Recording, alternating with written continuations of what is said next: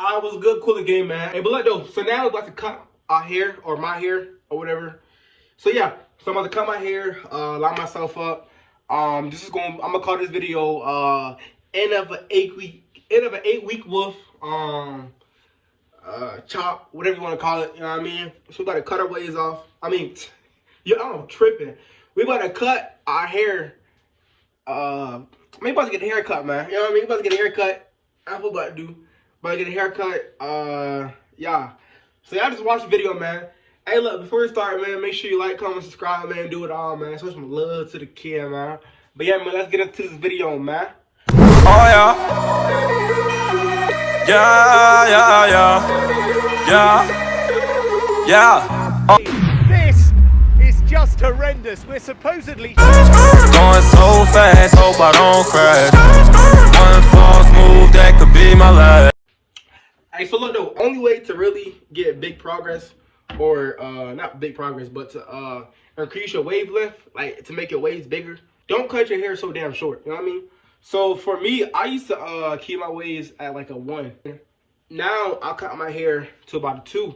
So when my hair was a 1, even though it was a 1, I started cutting it at like a higher level, like a 1.5 to a 2. You know what I mean? Or it's like a 1.5 open or closed type thing. You feel me? So I start, progressively doing that, going up. And I noticed that my waves, started, increasing in size because I wasn't cutting my hair at such a low length. So if I was to cut my hair at a 1, my shit would look crazy, like damn near if I'm bald. Like it wouldn't look right, you know what I mean? So my hair is more fitted at like a 2.